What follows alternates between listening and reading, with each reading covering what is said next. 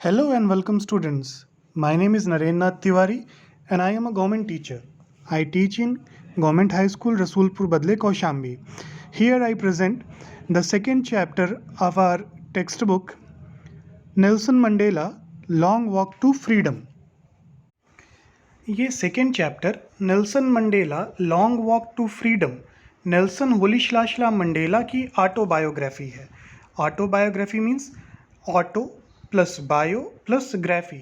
Auto means self, bio means life, graphy means writing. जब कोई व्यक्ति अपने जीवन की घटनाओं को एज इट इज़ लिख देता है तो उसी को कहा जाता है ऑटोबायोग्राफी, आत्मकथा। तो नेल्सन मंडेला ने लॉन्ग वॉक टू फ्रीडम नाम की एक ऑटोबायोग्राफी लिखी थी और उसी का एक्सट्रैक्ट, उसी का कुछ अंश हम लोग को यहाँ पे पढ़ना है। ये जो नाम है इनका, नेल्सन होलिश्लाशला मंडेला, मिडिल नेम होलिश्लाशला, इनका साउथ अफ्रीकन नेम है। इस नाम के पीछे एक बड़ी इंटरेस्टिंग सी स्टोरी है। नेल्सन मंडेला जब बच्चे थे और स्कूल पढ़ने जाते थे, वहाँ की टीचर ने इनसे एक बार इनका नाम पूछा तो इन्होंने अपना नाम होलिश्लाशला बताया। टीचर ने कहा कि नहीं, तुम्हारे पास तुमको एक क्रिश्चियन नाम रखना चाहिए। तो उस टीचर ने इनको नेल्सन नाम दिया। तो इस तरह से इनका नाम हो गया नेल्सन मंडेला। अब इस चैप्टर को शुरू करने से पहले कुछ साउथ अफ्रीका के बारे में कुछ पुरानी बातें हैं जो हम लोग को समझ लेनी चाहिए, जो हमारे बेटर अंडरस्टैंडिंग के लिए काफ़ी यूज़फुल होंगी। आज से ये 1994 से पहले साउथ अफ्रीका में गोरे लोगों का शासन था। गोरे लोगों से में मतलब जिनकी स्किन वाइट थी वो लोग शासन करते थे और ये व्यवस्था लगभग 300 सालों से चली आ रही थी। वाइट पीपल ब्लैक लोगों के ऊपर शासन करते थे। इस शासन व्यवस्था को अपार्थेड सिस्टम कहा जाता है, रंग भेद की नीति। जब नेल्सन मंडेला थोड़ा बड़े हुए तो उन्होंने इस बात का विरोध किया कि रंग के आधार पर लोगों के बीच में विभेदीकरण करना ठीक बात नहीं है। तो इन्होंने 300 सालों की पुरानी व्यवस्था को चैलेंज किया। इस वजह से इनको 30 सालों तक जेल में बंद रहना पड़ा। नेल्सन मंडेला ने एक पार्टी बनाई थी, अफ्रीकन नेशनल कांग्रेस, जिसका काम था इस रंग भेद की नीति का विरोध करना, इस अपार्थेड सिस्टम, इस अपार्थेड के पॉलिटिकल सिस्टम का विरोध करना, जिसकी वजह से इनको जेल जाना पड़ता है। 30 वर्षों के लंबे संघर्ष के बाद जब नेल्सन मंडेला जेल से छूट के आते हैं तो साउथ अफ्रीका में सबसे पहली बार डेमोक्रेटिक इलेक्शंस यानी लोकतंत्रात्मक चुनाव होते हैं। इस चुनाव में 400 सीटों पर नेल्सन मंडेला और उनकी अफ्रीकन नेशनल कांग्रेस पार्टी चुनाव लड़ती है और 400 सीटों में से 252 सीटों को जीतकर ये सरकार बनाते हैं। नेल्सन मंडेला को राष्ट्रपति के पद के लिए चुना जाता है और दक्षिण अफ्रीका की इतिहास में ये पहली बार ऐसा हुआ कि जब कोई अश्वेत व्यक्ति वहाँ पर राष्ट्रपति बनता है। इस घटना को 1994 में BBC ने भी प्रकाशित किया था। नेल्सन मंडेला के राष्ट्रपति पद के शपथ ग्रहण समारोह में विश्व भर के 140 देशों से अधिक देशों के अनेक गणमान्य व्यक्ति और अंतर्राष्ट्रीय नेता उपस्थित होते हैं और ये बताया गया कि राष्ट्रपति पद का शपथ ग्रहण समारोह 10 मई 1994 को प्रिटोरिया के यूनियन बिल्डिंग्स एम्फी थिएटर में होता है और वहाँ पर लाखों लोगों की भीड़ उपस्थित रहती है नेल्सन मंडेला को शपथ ग्रहण करते हुए। आइए चैप्टर को शुरू करते हैं। चैप्टर हमारा शुरू होता है 10 मई 1994 की घटना से, जहाँ पर नेल्सन मंडेला राष्ट्रपति पद की शपथ लेते हैं। दक्षिण अफ्रीका में एक व्यवस्था है कि वहाँ पे एक राष्ट्रपति होगा और 2 उपराष्ट्रपति होंगे। आइए हम लोग चैप्टर स्टार्ट करते हैं अब। 10th May dawned bright and clear. 10 मई की सुबह बहुत शानदार, चमकीली और स्वच्छ थी। और the past few days I had been pleasantly besieged by dignitaries and world leaders who were coming to pay their respects before the inauguration। Mandela कहते हैं कि मैं पिछले कुछ दिनों से अंतर्राष्ट्रीय नेताओं और गणमान्य व्यक्तियों से प्रसन्नतापूर्वक घिरा हुआ था, जो उद्घाटन से पूर्व अपनी शुभकामनाएं देने के लिए आ रहे थे। The inauguration would be the largest gathering ever of international leaders on South African soil. उद्घाटन समारोह दक्षिण अफ्रीका की धरती पर अंतर्राष्ट्रीय नेताओं की अब तक की सबसे बड़ी सभा थी।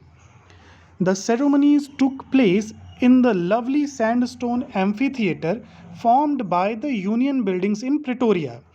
समारोह का स्थान यूनियन बिल्डिंग्स प्रिटोरिया के यूनियन बिल्डिंग्स के एम्फी थिएटर में होना था, जो कि बहुत ही सुंदर बलुआ पत्थर से बनी हुई थी। यानी समारोह का स्थान प्रिटोरिया का यूनियन बिल्डिंग्स एम्फी थिएटर था और ये एम्फी थिएटर बलुआ पत्थर से बना हुआ एक बहुत ही सुंदर बिल्डिंग थी। For decades, this had been the seat of white supremacy. दशकों तक यह स्थान गोरे लोगों की प्रभुत्व का स्थान था। And now it was the site of a rainbow, gathering of different colors and nations for the installation of South Africa's first democratic non-racial government. लेकिन अब यह विभिन्न रंगों एवं राष्ट्रों के एकत्रित होने पर बने इंद्रधनुष का स्थान था, जो दक्षिण अफ्रीका की प्रथम लोकतांत्रिक गैर नस्लीय सरकार की स्थापना का स्थान था। On that lovely autumn day, I was accompanied by my daughter Zinani. शरद ऋतु के उस मनोरम दिन मैं अपनी बेटी जिनानी के साथ था। On the podium, Mr. De Klerk was first sworn in as second deputy president. मंच पर मिस्टर डी क्लर्क ने सबसे पहले द्वितीय उपराष्ट्रपति पद का शपथ लिया। Then Thabo Mbeki was sworn in as first deputy president. उसके बाद थाबो एम्बेकी ने प्रथम उपराष्ट्रपति के पद पर शपथ लिया। When it was my turn, जब मेरी बारी आई, I pledged to obey and uphold the Constitution and to devote myself to the well-being of the Republic and its people. जब मेरी बारी आई तो मैंने संविधान का पालन करने तथा उस पर अडिग रहने और गणतंत्र तथा उसके लोगों की भलाई के लिए स्वयं को समर्पित करने की शपथ ली। To the assembled guests and the watching world I said, वहाँ पर उपस्थित एकत्रित मेहमानों और देखने वाले विश्व से मैंने कहा, today all of us do by our presence here confer glory and hope to newborn liberty.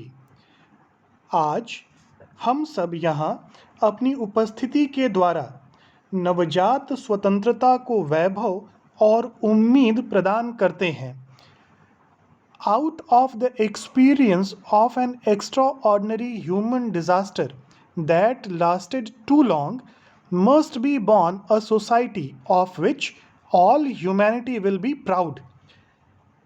लंबे समय तक रहने वाली एक असाधारण मानवीय आपदा का अनुभव करने के बाद एक ऐसे समाज का जन्म होना आवश्यक है जिस पर संपूर्ण मानव जाति को गर्व होगा। We who were outlaws not so long ago have today been given the rare privilege to be host to the nations of the world on our own soil. हम जो कुछ समय पहले तक दुनिया से बहिष्कृत रहे, आज हमें संसार के अनेकों देशों की अपनी स्वयं की धरती पर मेजबानी करने का दुर्लभ अवसर मिला है। We thank all of our distinguished international guests for having come to take possession with the people of our country of what is, after all, a common victory for justice, for peace, for human dignity. हम अपने सभी विशिष्ट अंतर्राष्ट्रीय मेहमानों का धन्यवाद करते हैं जो हमारे देश के लोगों के साथ आखिरकार न्याय, शांति और मानवीय गरिमा की साझा जीत अपनाने के लिए आए हैं। मीन्स अपार्थेड सिस्टम को हटाना केवल साउथ अफ्रीका की ही नहीं बल्कि सारे विश्व की साझा जीत है और इस जीत ने विश्व के प्रत्येक नागरिक को न्याय, शांति और मानवीय गरिमा के साथ जीने का अधिकार दिया है। We have at last achieved our political emancipation. हम लोगों ने अंततः अपनी राजनीतिक आज़ादी प्राप्त कर लिया है। We pledge ourselves to liberate all our people from the continuing bondage of poverty, deprivation, suffering, gender, and other discrimination.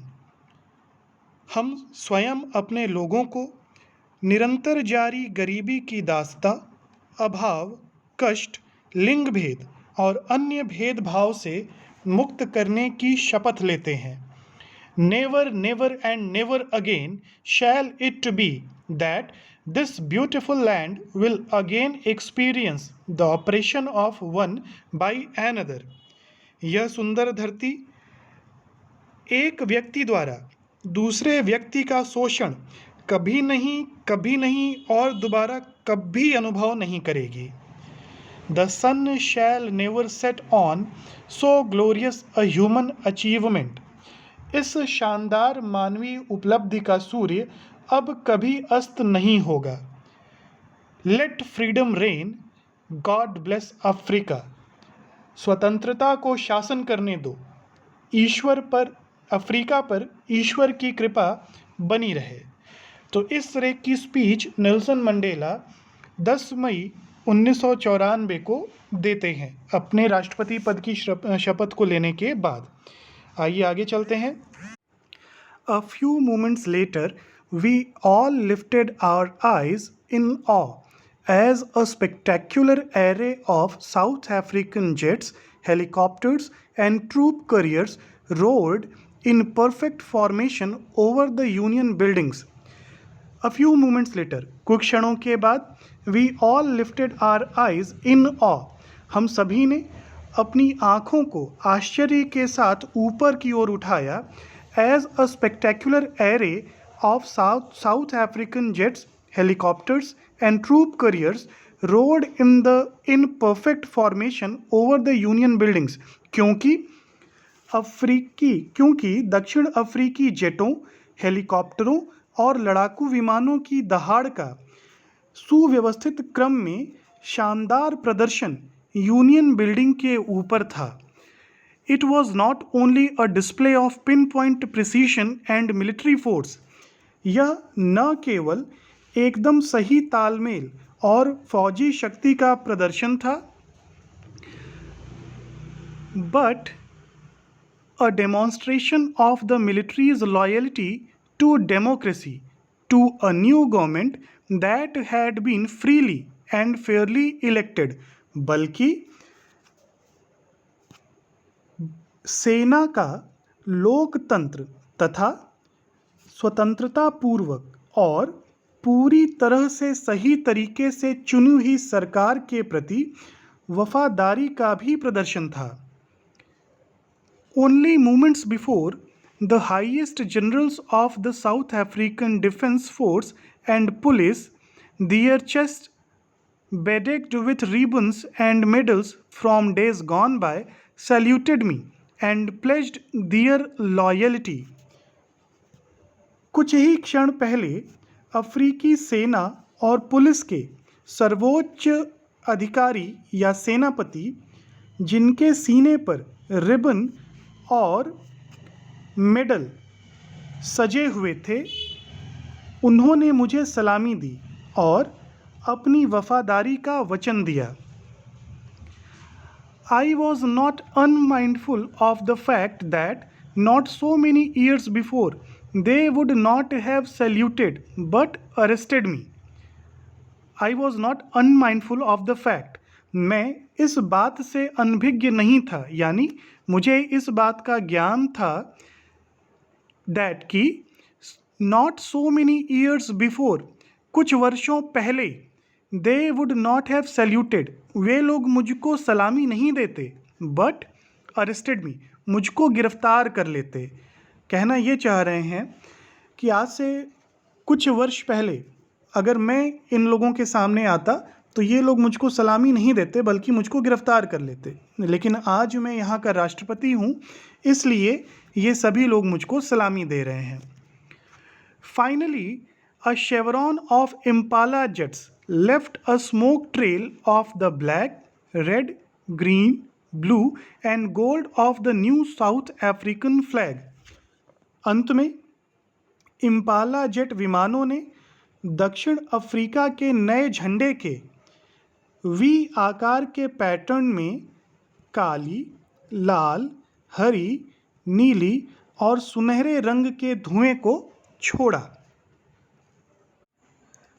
The day was symbolized for me by the playing of our two national anthems and the vision of whites singing Nkosi Sikelel e Africa and blacks singing Die Stem, the old anthem of the Republic.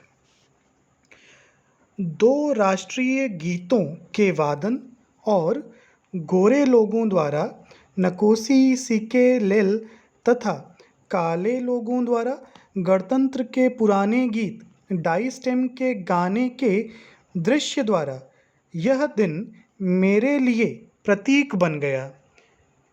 Although, यद्यपि, that day neither group new the lyrics of the anthem, दोनों में से किसी भी गुट को राष्ट्रगान के गीत के बोल नहीं पता थे, जिनको दे वंस डिस्पाइस्ड, जिनको एक समय वो लोग घृणा करते थे। They would soon know the words by heart, जल्दी ही वे लोग इस गीत के बोल को याद कर लेंगे। मंडेला बताते हैं कि जब राष्ट्रगान हुआ तो उस समय गोरे लोग अपना राष्ट्रगान गाते हैं, काले लोग बाद में अपना राष्ट्रगान गाते हैं। जब गोरे लोग अपना राष्ट्रगान गाते हैं तो काले लोग भी उनके साथ राष्ट्रगान गाने का प्रयास करते हैं, लेकिन काले लोगों को गोरे लोगों के राष्ट्रगान सही से नहीं याद थे। उसी तरह से जब काले लोग अपना राष्ट्रगान गाते हैं तो गोरे लोग भी उनके साथ गाते हैं। इस समय गोरे लोगों को काले लोगों का राष्ट्रगान सही से नहीं पता था। कारण ये था कि पहले गोरे और काले लोगों में काफ़ी भेद था। गोरे लोग काले लोगों से नफरत करते थे, इसलिए दोनों ग्रुप्स आपस में एक दूसरे के राष्ट्रगान से नफरत किया करते थे। इस वजह से न तो गोरे लोगों को काले लोगों को राष्ट्रगान सही से आता था, ना ही काले लोगों को गोरे लोगों को राष्ट्रगान सही से आता था। लेकिन मंडेला उम्मीद करते हैं कि आगे चल के कुछ ही दिनों में ये दोनों ग्रुप्स आपस में खूब मिलजुल के रहेंगे और एक दूसरे के राष्ट्रगान को भी अच्छे से याद कर लेंगे। On the day of the inauguration, उद्घाटन के दिन, I was overwhelmed with a sense of history, मैं इतिहास को याद करके भाव विभोर हो गया था। In the first decade of the 20th century, 20वीं शताब्दी के पहले दशक में, a few years after the bitter Anglo Boer war and before my own birth, 20वीं शताब्दी के पहले दशक में भयंकर एंग्लो बोअर युद्ध के बाद तथा मेरे जन्म से पहले the white skinned peoples of South Africa patched up their differences and erected a system of racial domination against the dark-skinned peoples of their own land. दक्षिण अफ्रीका के गोरे लोगों ने अपने आपस के भेदभाव को सुलझा लिया था और काले लोगों के उनके स्वयं की भूमि पर एक जातीय प्रभुत्व वाली व्यवस्था का निर्माण कर लिया था। मंडेला ये कहते हैं कि इनके जन्म से पहले और एंग्लो बोअर वार जो एंग्लो मीन्स अंग्रेज़, बोर मतलब अफ्रीका के जो निवासी थे, जो वहाँ के मूल निवासी थे, उनकी बात हो रही है। मंडेला के जन्म से पहले और भयंकर एंग्लो बोर युद्ध के बाद जो गोरे लोग थे उनका आपस में भी कहीं ना कहीं कुछ टकराव हो जाया करता था। तो इन लोगों ने आपसी सहमति बना ली, अंग्रेज़ों ने आपसी सहमति बना ली और अपने अंदर के अपने भेदभाव को समाप्त कर लिया और उन्होंने काले लोगों के प्रति एक ऐसी व्यवस्था बनाई जिससे काले लोगों का ज़्यादा से ज़्यादा शोषण हो सके। तो मंडेला वही कहते हैं, The structure they created formed the basis of one of the harshest, most inhuman societies the world has ever known. अंग्रेज़ों ने जो ढांचा बनाया वह दुनिया के अब तक के सबसे कठोर, सबसे अमानवीय समाजों में से एक का आधार बना। Now, in the last decade of the 20th century and my own 8th decade as a man, that system has been overturned forever and replaced by one that recognized the rights and freedoms of all peoples regardless of the color of their skin. अब 20वीं शताब्दी के अंतिम दशक में और मेरे एक व्यक्ति के रूप में जीवन के 8वें दशक में वह ढांचा हमेशा के लिए पलट दिया गया और उसके स्थान पर एक ऐसा ढांचा आ गया जो चमड़ी के रंग की परवाह किए बिना सभी व्यक्तियों के अधिकारों और स्वतंत्रता को पहचानता है। कहने का सेंस ये है कि अंग्रेज़ों ने जो पीछे नियम कानून बना रखे थे उनको अब बदल दिया गया।